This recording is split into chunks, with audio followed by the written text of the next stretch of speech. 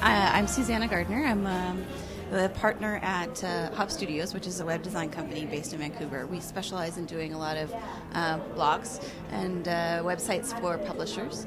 And I'm the author of Blogging for Dummies, the second edition, which is just out in January.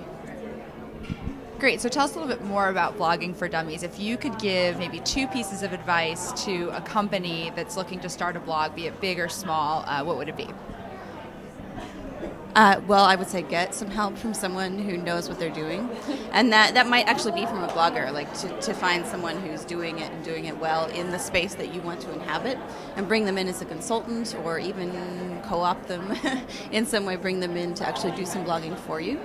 And the other thing I would say is, get some expertise and help with the technology, because there are so many tools and associated tools around blogging. It's not really just about choosing blogging software. You have to know about Facebook and MySpace and Twitter and what all that stuff is. So again, somebody who can actually just serve as your technology consultant would also be really helpful if you're just starting out.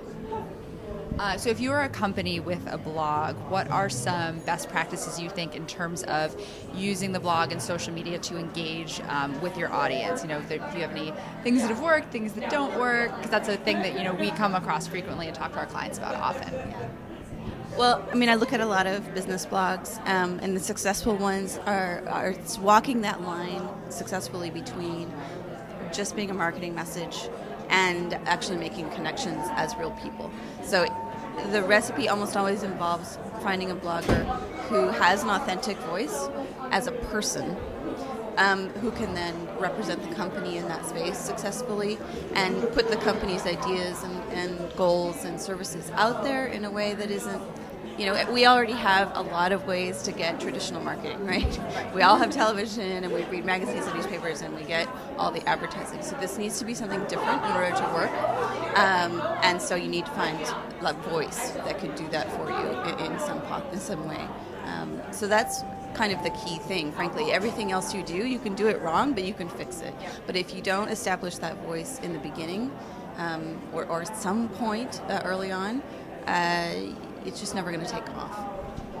Great. And what blogs do you read and why? Or just a highlight? Imagine you probably read more than 1 or 2. I read probably about 100 blogs right now. I trimmed it recently just because there's way more blogs than I have time for. And so, like everyone, I read blogs that are just interesting to me personally. I like to knit, so I read a lot of knitting blogs. And there's way more of those than I could possibly read. And of course, I read a lot of blogs about blogging. And then I read friends' blogs and so on.